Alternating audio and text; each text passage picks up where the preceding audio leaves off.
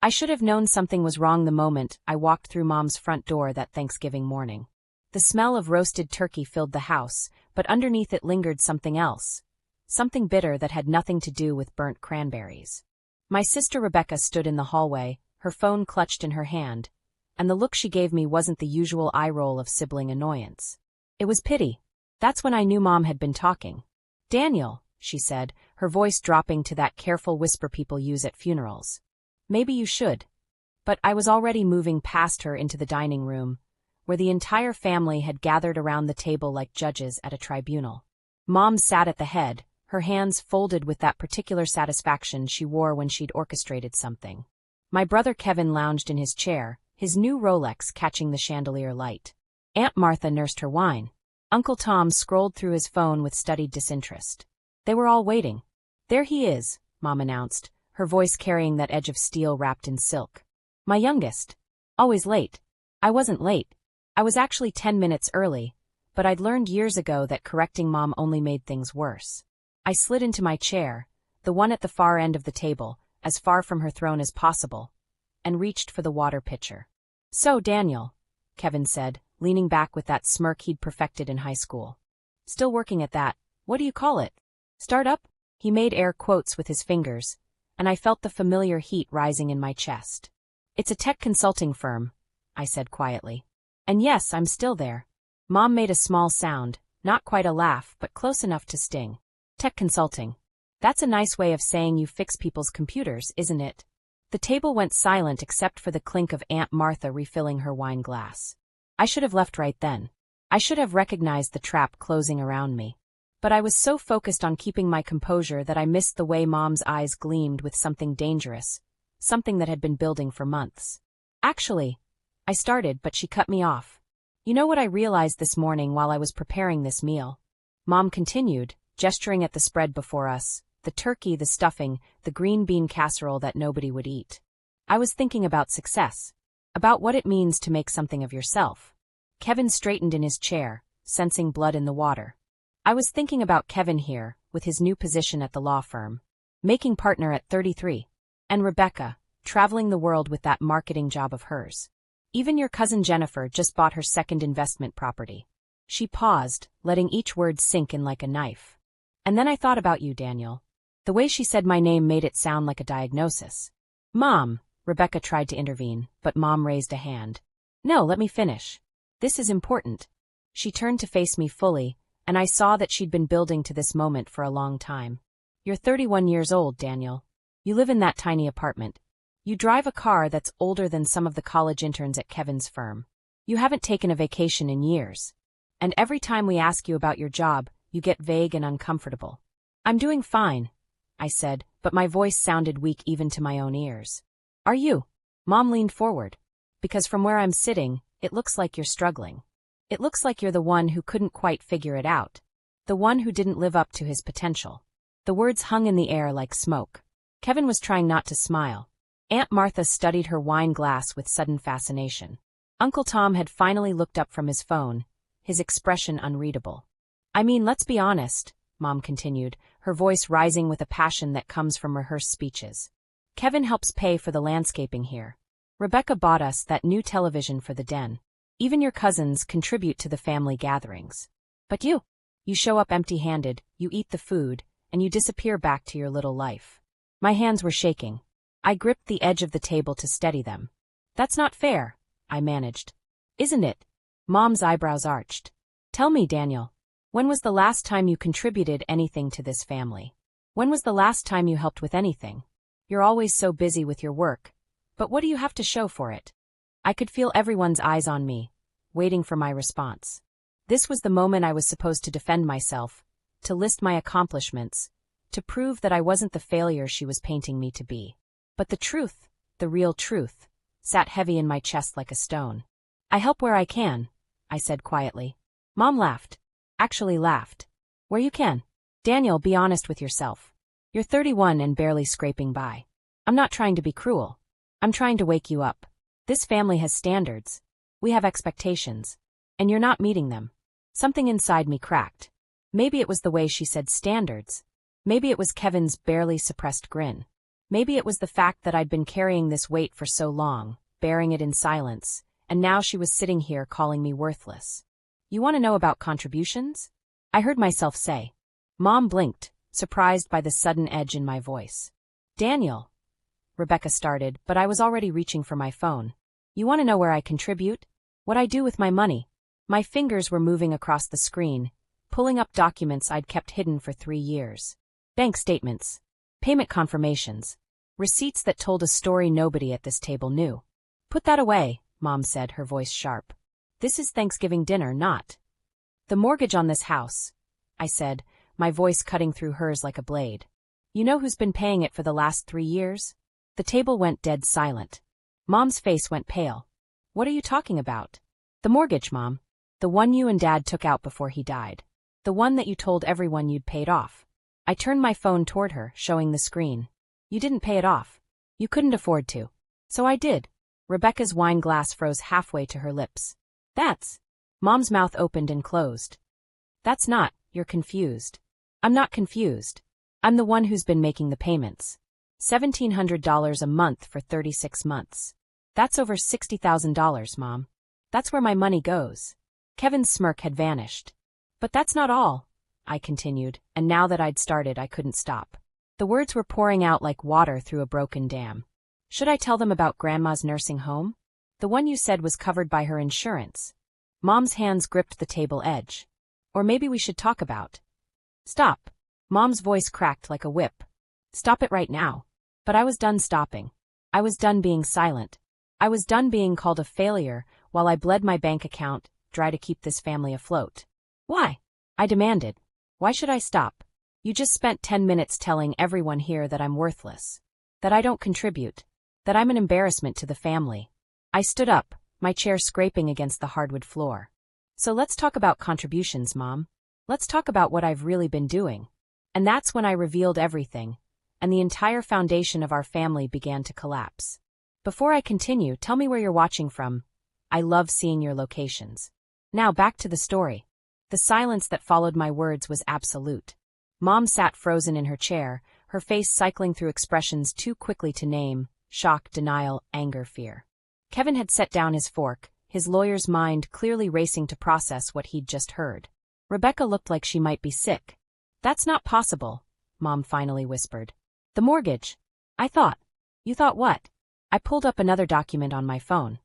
You thought the anonymous benefactor who contacted you 3 years ago was some kind of miracle? That was me, Mom. Me and the little tech job you've been making fun of. Kevin found his voice first. Wait. Back up. You're saying you've been paying Mom's mortgage? For 3 years. Every month, I confirmed. Since Dad died and I found out she was about to lose the house. But how did you? Rebecca started. I didn't tell her it was me because I knew she'd refuse. She'd rather lose the house than accept charity from her youngest son. I looked at Mom. Isn't that right? Mom's mouth opened, but no sound came out. And it's not just the mortgage, I continued, the anger that had been simmering for years finally boiling over. Should I tell them about the medical bills, Mom? Dad's hospital bills from the cancer treatment. Aunt Martha leaned forward. I thought those were covered by insurance. They were supposed to be, I said. But Dad's policy had a lifetime maximum, and stage 4 lung cancer treatment is expensive. Really expensive. They covered about 60%. The rest, over $140,000, fell on Mom. Uncle Tom let out a low whistle. Daniel took care of it, Mom said suddenly, her voice small. A family friend helped us. I told you all about. There was no family friend, I interrupted. There was me, taking out a massive personal loan and working 70-hour weeks to pay it off. There was me, negotiating with hospitals and insurance companies and debt collectors while you told everyone that some mysterious benefactor had swooped in to save the day. Kevin was staring at me like he'd never seen me before. Why didn't you tell us? Because Mom asked me not to. All eyes turned to Mom, who looked like she wanted to disappear into her chair. I didn't want people to know we needed help, she said quietly. Your father was so proud. We'd built this life, this image of success, and I couldn't bear for people to know that we couldn't. That you were drowning in debt. I finished. That without help, you'd lose everything? Daniel, please, Rebecca said, her voice pleading. This isn't what? Fair. You're right. It's not fair. It wasn't fair when Mom called me a failure 5 minutes ago. It wasn't fair when Kevin made fun of my car.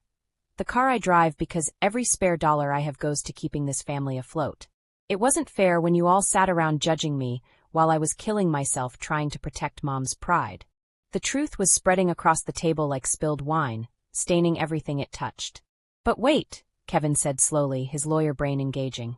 If you've been paying the mortgage for 3 years and you paid off Dad's medical bills, that's over $200,000. How is that possible on a tech support salary? I'd been waiting for that question. I don't work tech support, I said. I haven't for 6 years. Mom looked up sharply. What? Remember when I told you I got promoted to a consulting position? That wasn't the whole story. I took a breath. I developed a piece of software. A data security protocol for financial institutions. It took me 3 years, working nights and weekends, teaching myself programming languages and cybersecurity architecture. Rebecca's eyes widened. Daniel, I sold it to a venture capital firm 5 years ago. They licensed it to 3 major banks and 2 insurance companies. I get residuals from every implementation, plus I consult on custom installations. I paused. Last year, I made just over $400,000. You could have heard a pin drop. Kevin's face went through several shades of red. Aunt Martha's wine glass slipped from her fingers, but she caught it at the last second. Uncle Tom was staring at me with his mouth actually hanging open. 400. Mom couldn't finish the sentence. That's why I live in a small apartment. I don't need the space, and the mortgage on this house was more important. That's why I drive an old car. It runs fine, and the money I'd spend on a new one pays for Grandma's memory care facility. That's why I don't take vacations, because Rebecca's student loans needed to be paid off after she got laid off 2 years ago. Rebecca went white. You paid off my loans. The mysterious debt forgiveness program you thought you qualified for? That was me. $53,000 in student loans, cleared in a single payment. My sister started crying. And Kevin, I turned to my brother, who looked like he'd been punched in the stomach. That signing bonus your firm gave you when they made you partner? The one you've been bragging about for 6 months. His face told me he knew what was coming. I bought a 15% partnership stake in your firm through a shell company. Part of the agreement was that they'd promote you to partner and give you a bonus. I've been funding your success too. Kevin stood up so fast his chair fell backward. You had no right. I had every right. I shouted, my composure finally breaking completely. You're my brother. Rebecca is my sister. Mom is my mother. I watched this family struggling, drowning in debt and stress and fear, and I had the means to help. So I did. I helped because that's what family does. By lying to us? Mom's voice was barely audible. By protecting you, I shot back. Because if I'd told you the truth, you would have refused. You would have rather lost everything than accept help from me. From the son who didn't go to law school, who didn't get the fancy marketing job, who was supposed to be the disappointment. Mom flinched like I'd slapped her. I kept it secret because I knew you'd be too proud to accept it. I continued, my voice breaking. And because I thought maybe if you never knew, you'd treat me like an equal. Like I wasn't the charity case. Like I wasn't the failure. The word hung between us. But I was wrong, I said quietly. Because even without knowing, you still saw me as less than. You still judged me. You still looked down on me for not living up to your standards. Mom's hands were shaking. Daniel, I never meant. Didn't you? I asked. Because it sure sounded like you meant it 10 minutes ago when you called me out in front of everyone. Aunt Martha cleared her throat. Maybe we should all take a moment to. No, I said firmly. No more moments. No more pretending. I'm done. I grabbed my jacket from the back of my chair. Where are you going? Rebecca asked through her tears. Away, I said simply. I need to think. I need to figure out what happens next. What do you mean, what happens next? Mom stood up, panic creeping into her voice. Daniel, we need to talk about this. We need to. To what, Mom? Apologize? Thank me? Tell me you're sorry for spending years making me feel worthless while I was saving your life. The harshness in my voice surprised even me. Mom's face crumpled, and for the first time since Dad died, she looked small. Vulnerable. I didn't know, she whispered. That's the problem, I said. You didn't know and you didn't bother to find out. You just assumed. You assumed I was failing because I didn't have the markers of success you recognized. The big house. The new car. The flashy job title. I moved toward the door, but Kevin stepped in front of me. We need to discuss this, he said, his lawyer voice back. The partnership, the money you've put into. Get out of my way, Kevin. Something in my voice made him step aside. I was halfway to the door when Mom called out. What about the mortgage? I stopped, my hand on the doorknob, and turned back to face her. What about it? I asked. Are you going to stop paying it? Is that what this is about? And there it was. The real question underlying all of this. Not, are you okay? Not, how can we make this right? But, will you keep paying? I looked at my mother, really looked at her, and saw the fear in her eyes. Not fear of losing me, but fear of losing the house. Fear of the financial security I'd provided slipping away. That's when I realized something that made my chest ache. She'd never really seen me at all. I don't know, Mom, I said honestly. I really don't know. I walked out into the cold November evening, leaving behind a table full of people who suddenly realized they'd been living in a house of cards, and I'd been the only thing holding it together.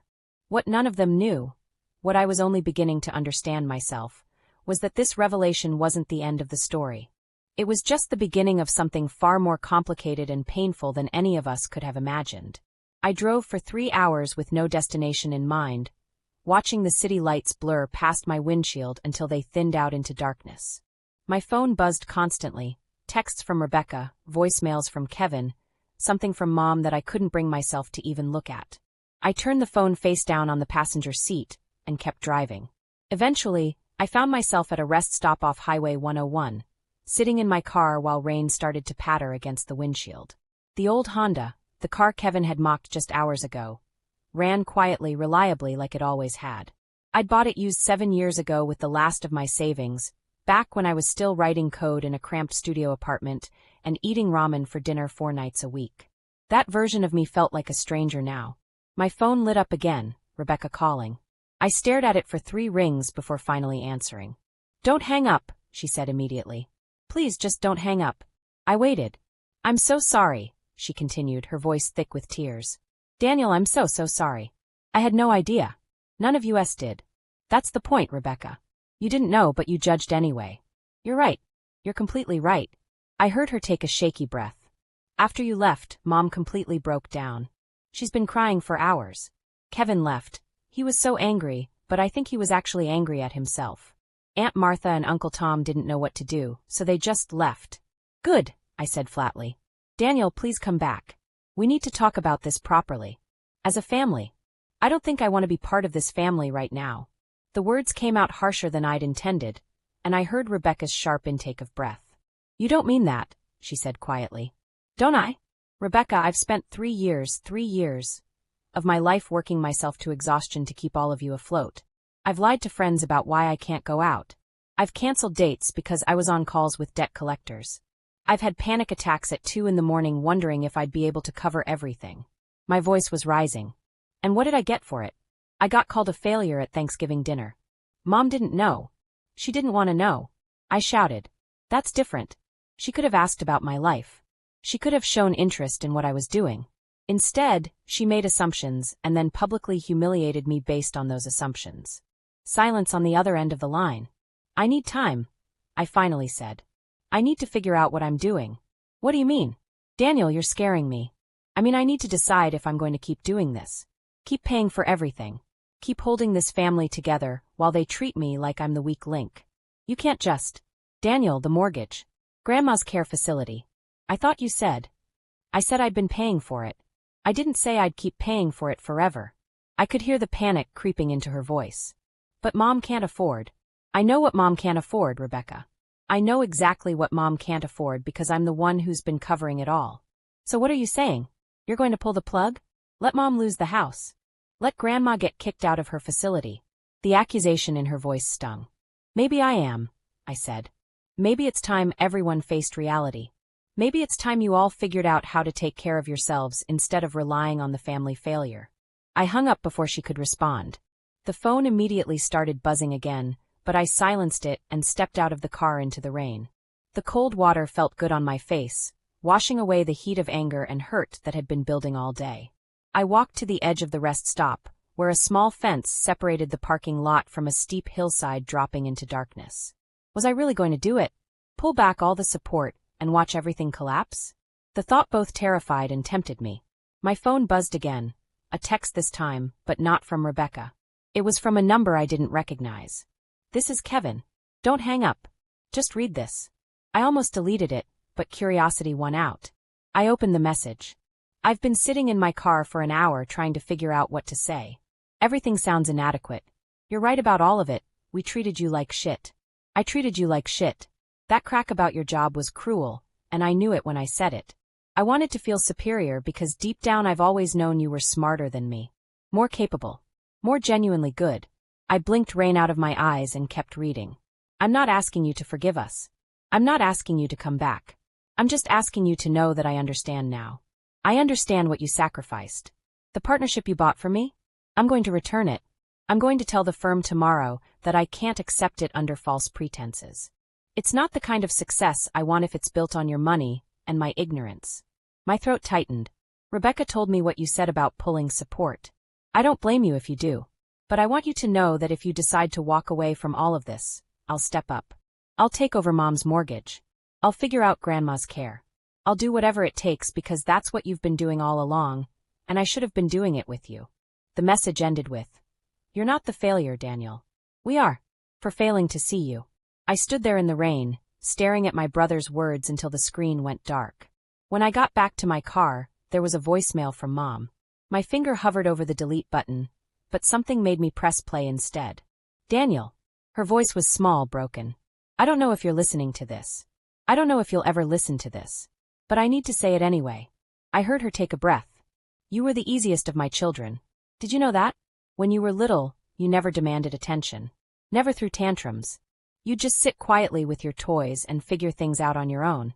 I used to worry about you because you were so independent, so self-sufficient. I worried that you didn't need me." Rain drummed on the roof of my car. "And then your father got sick and everything fell apart. The bills, the stress, the fear, it consumed me.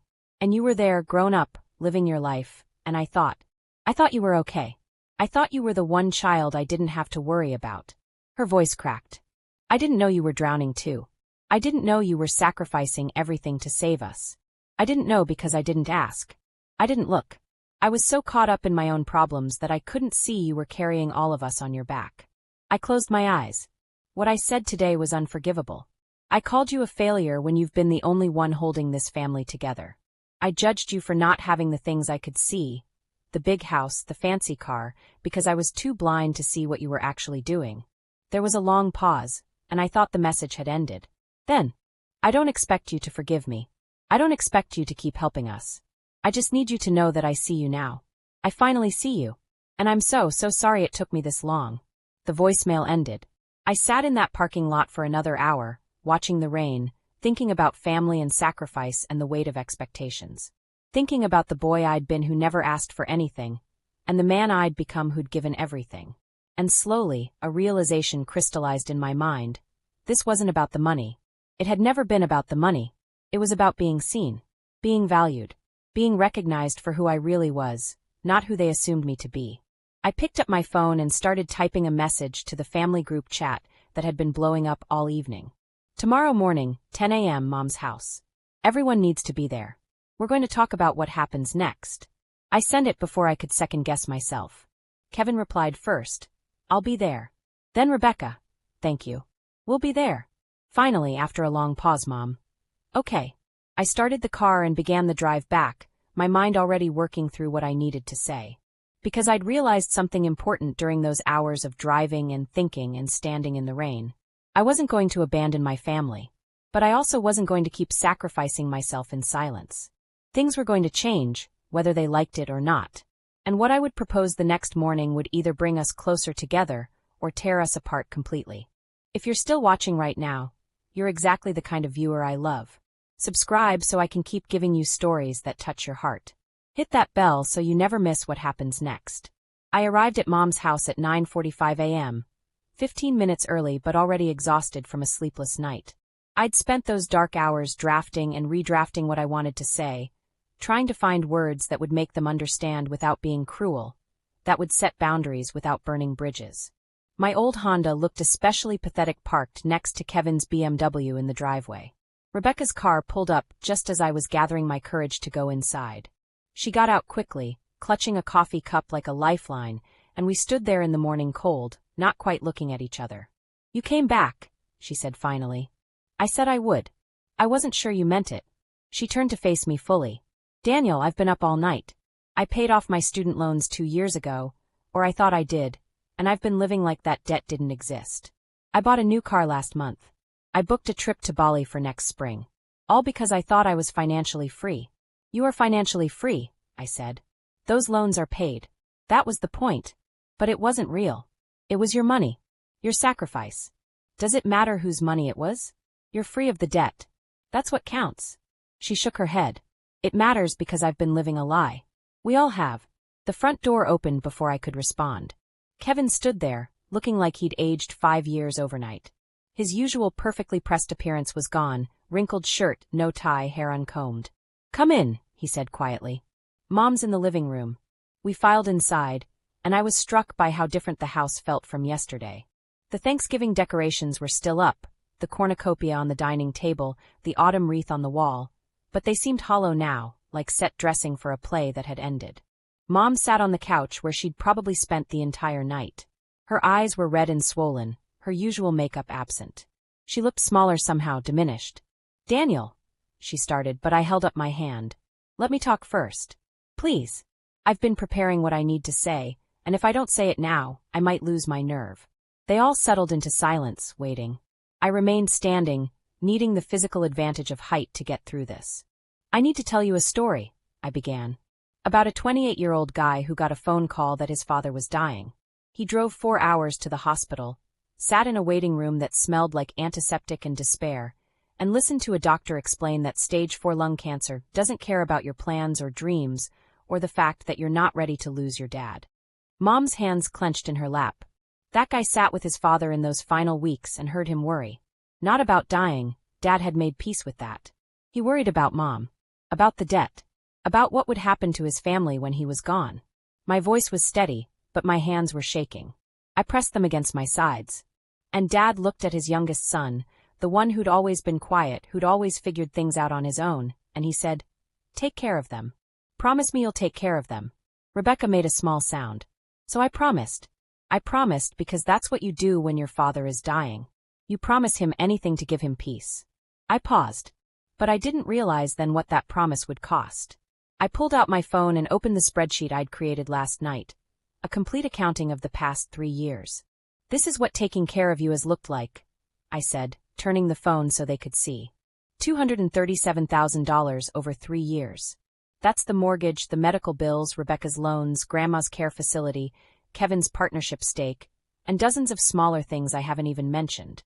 Kevin leaned forward to look at the screen, and I watched his face go pale as he scrolled through the entries. "But it's not just the money," I continued. "It's the 70-hour work weeks. It's the relationships I didn't pursue because I couldn't afford the time or emotional energy. It's the friends I've lost touch with because I was always too busy, too stressed, too focused on keeping all the plates spinning." I put the phone away. "I'm not telling you this to make you feel guilty." "Well, maybe a little guilty," I admitted, and there was a flash of something like humor in Rebecca's teary eyes.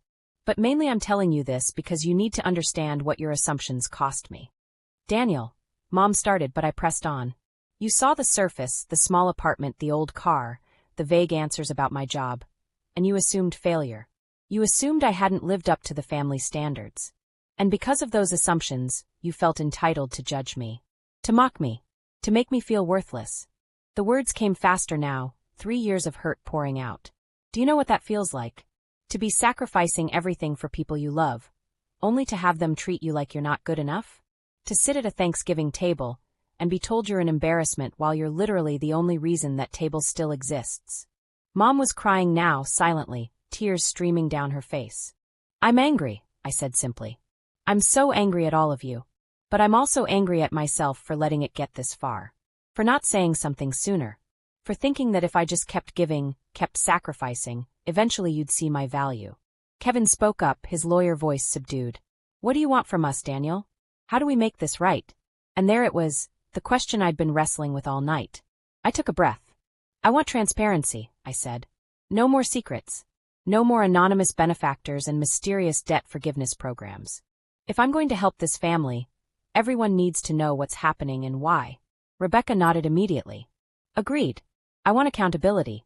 Kevin, you're going back to your firm and telling them the truth about the partnership stake. Either you earn it legitimately or you give it back. I don't want my money buying you success you didn't work for. Kevin's jaw tightened, but he nodded. I already planned to. I meant what I texted you last night. I want boundaries, I continued. I will keep paying Mom's mortgage for now because I won't let her lose the house. I will keep paying for Grandma's care because she's family and she deserves dignity in her final years. But I'm not a bottomless well. I'm not a safety net for every financial decision you make from here on out. That's fair, Rebecca said quietly. And most importantly, I said, looking directly at Mom, I want respect. I want to be treated like an equal member of this family. No more condescension. No more assumptions. No more judging me based on superficial markers of success. Mom stood up, her legs unsteady. She crossed the room until she was standing directly in front of me, close enough that I could see every line of exhaustion and regret on her face. You have it, she said, her voice breaking. All of it. Daniel, you have my respect. You've earned it 1,000 times over, and I'm ashamed that it took me this long to give it to you. She reached out hesitantly, and after a moment, I let her pull me into a hug. She felt fragile in my arms, this woman who'd always seemed so strong, so unshakable. I'm sorry, she whispered against my shoulder. I'm so sorry for not seeing you, for not appreciating you, for making you feel like you had to hide who you really were. Kevin and Rebecca joined us, and for a moment we stood there, a broken family trying to figure out how to be whole again. When we finally pulled apart, I wiped my eyes and took a steadying breath. There's one more thing, I said, and they all tensed. We need to talk about what happens going forward. Because I can't keep doing this alone. Kevin straightened. I meant what I said last night. I'll take over the mortgage payments starting next month. My salary can cover it. And I'll take over Grandma's care facility, Rebecca added quickly. I've been irresponsible with my money, buying things I didn't need because I thought I was debt-free. That changes now. I shook my head. That's not what I mean. Yes, we need to redistribute the financial burden. But that's not the real issue. Mom sat back down, her hands folded in her lap. Then what is? The issue is that this family has been operating on a foundation of lies and secrets for 3 years. We all pretended everything was fine when it wasn't. We all performed for each other instead of being honest. I looked at each of them in turn. That has to stop. Completely. What do you want us to do? Rebecca asked. I pulled out a folder I'd brought, something I'd prepared in the early hours of the morning when I couldn't sleep. I want us to have a real conversation about this family's finances. All of us. Together. I opened the folder and spread several documents on the coffee table. This is Mom's complete financial situation. Her income, her expenses, her remaining debts, everything. Mom's face flushed. Daniel, that's private. Nothing is private anymore, I said firmly. That's the point. We're going to sit here as a family, and we're going to figure out a sustainable plan. One where Mom isn't drowning in debt. One where I'm not sacrificing my entire life. One where Kevin and Rebecca actually know what's going on and can contribute meaningfully. Kevin picked up one of the documents, his eyes scanning the numbers. Mom, your property taxes are how much? Kevin, Mom said sharply, reaching for the paper, but he held it away. No, he said. Daniel's right. We need to see this. All of it. For the next 2 hours, we sat around that coffee table and dismantled every illusion our family had built. We went through Mom's finances line by line. We discovered that in addition to the mortgage I'd been paying, she had credit card debt I didn't even know about. Over $30,000 accumulated in the years since Dad died, used to maintain the appearance of the life they'd built together. Why didn't you tell me about this?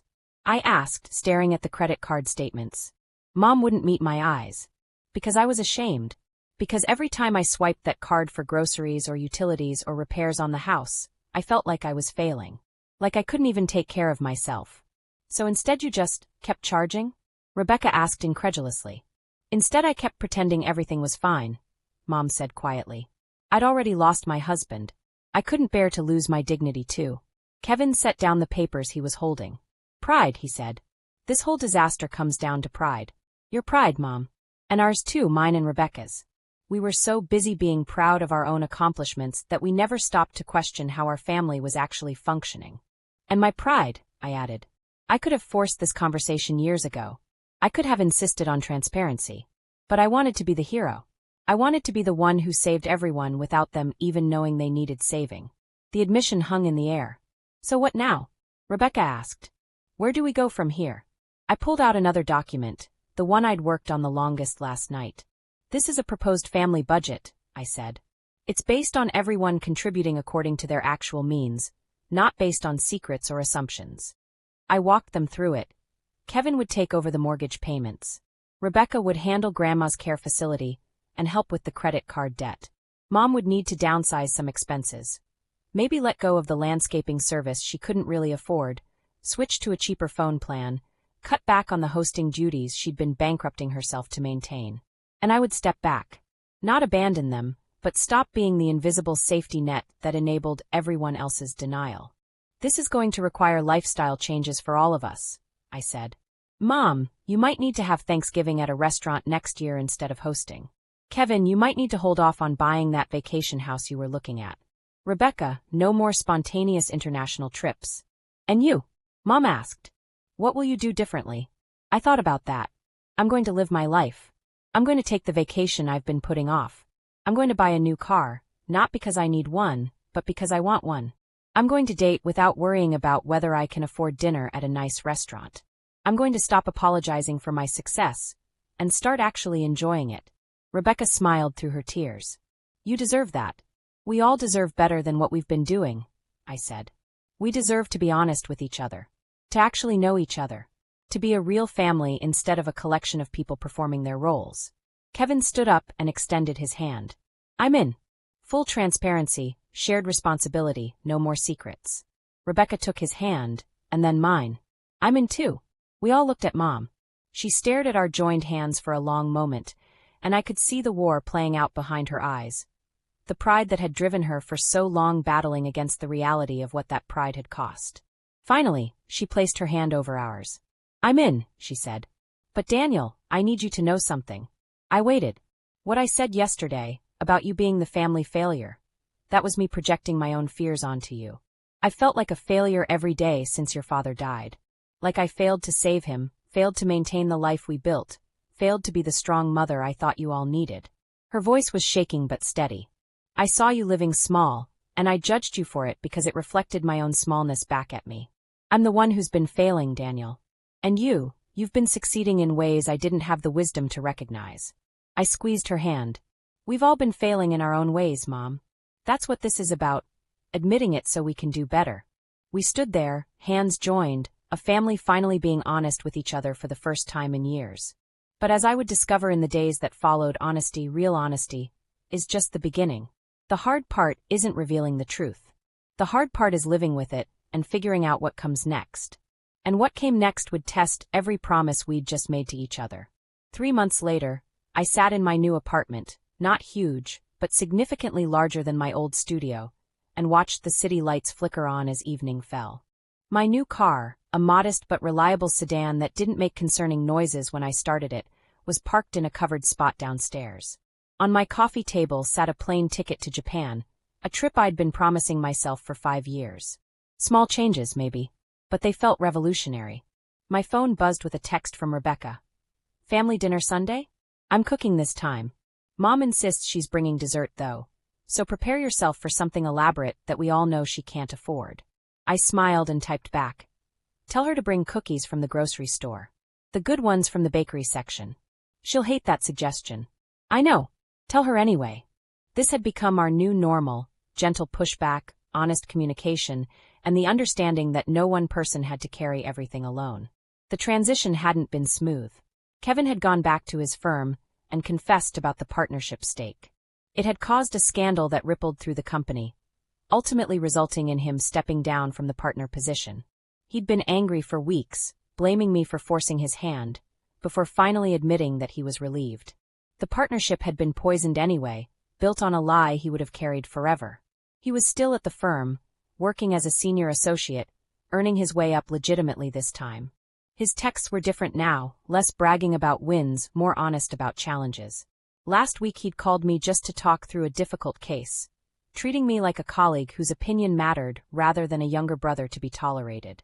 Rebecca had taken the longest to adjust. She'd canceled her Bali trip and cried about it for days before acknowledging that she'd been living in a fantasy world of financial freedom that wasn't real.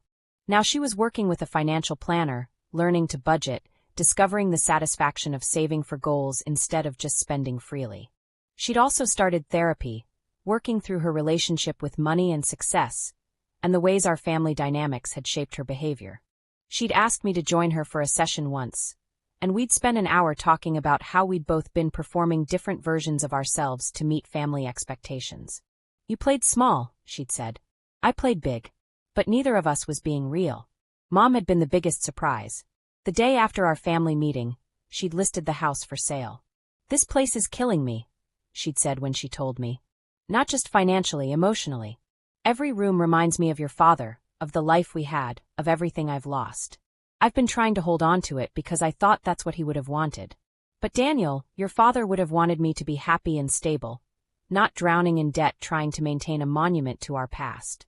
She'd moved into a smaller condo closer to town. The mortgage was a fraction of what she'd been paying, and the reduced maintenance freed up both money and mental energy. She'd gotten a part-time job at a local bookstore, something she'd always wanted to do, but thought was beneath her. "Turns out I love it," she told me last month over coffee. "No one there knows me as the widow with the big house and the perfect life. They just know me as Claire who recommends good mysteries and makes excellent coffee." She'd also started attending a grief support group, finally processing Dad's death in a healthy way instead of through spending and pretense. "I never mourned him properly," she admitted. "I just tried to keep everything exactly as it was, like if I maintained the surface, the loss wouldn't be real." With the house sold and her expenses dramatically reduced, she'd been able to pay off most of her credit card debt. Kevin and Rebecca had split the remainder as their contribution to the family restructuring. The mortgage I'd been paying for 3 years? That money now sat in an investment account, slowly growing, a safety net for actual emergencies rather than a subsidy for unsustainable lifestyles. My phone buzzed again, this time with a call from Grandma's care facility. "Mr. Chun." The nurse's voice was familiar and kind. "I wanted to let you know your grandmother had a wonderful day today. She's been talking about you. Is she lucid?" I asked carefully. Grandma's dementia came in waves, some days sharp and present, other days lost in decades past. "Very lucid. Would you like to speak with her? Please." There was a pause, some muffled conversation, and then, "Daniel? Is that my Danny? Hi, Grandma. I hear you had a good day." "I've had a wonderful day, sweetheart. I painted this morning. Do you remember how I used to paint? Before the restaurant took over everything." She'd owned a Chinese restaurant with my grandfather for 40 years. I'd grown up in the kitchen, doing homework while she prepped vegetables. "I remember," I said. "You were talented."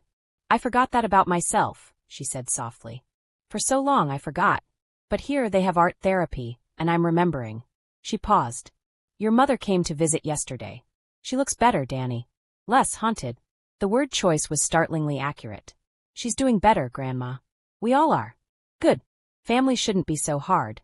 Should be like cooking. Everyone contributes their ingredients, work together, create something greater than the sum of parts." Her voice wavered. "Did I ever tell you about the time your grandfather tried to make dim sum alone? Disaster. Absolute disaster. But when we made it together, it was perfect," I finished. "You've told me, Grandma. Many times." "Then why did you all forget?" she asked, her lucidity cutting through the sentiment. "Why did you all try to cook alone when together is always better?" I didn't have an answer for that. After we hung up, I sat with her question. Why had we all been trying to do everything alone? Why had I taken on the burden of supporting everyone in secret? Why had Mom shouldered her grief and financial fears in isolation? Why had Kevin and Rebecca lived their lives without knowing the real cost? Maybe because being vulnerable is terrifying. Maybe because asking for help feels like admitting defeat. Maybe because we'd all inherited some version of pride that insisted self-sufficiency was the only respectable way to exist. Sunday dinner happened at Rebecca's apartment. She'd made lasagna, only slightly burnt on the edges, and Mom had, against all advice, brought an elaborate homemade tiramisu that she definitely couldn't afford. "Mom," I said gently when she set it on the table. "We talked about this." "I wanted to," she said simply. "I set aside money from my paycheck. I budgeted for it. And I wanted to make something special for my children." The emphasis on budgeted was new, as was the pride in her voice that came from doing it herself, within her means. We ate and talked, really talked. Kevin told us about a pro bono case he'd taken, defending a small business owner against a predatory landlord. Rebecca shared her anxiety about her job, where new management was making things difficult. Mom talked about a customer at the bookstore who kept returning books after reading them, claiming they were defective. Normal family conversation. Problems shared, advice offered, support given freely. "Hey," Kevin said as we were clearing dishes. "I've been thinking.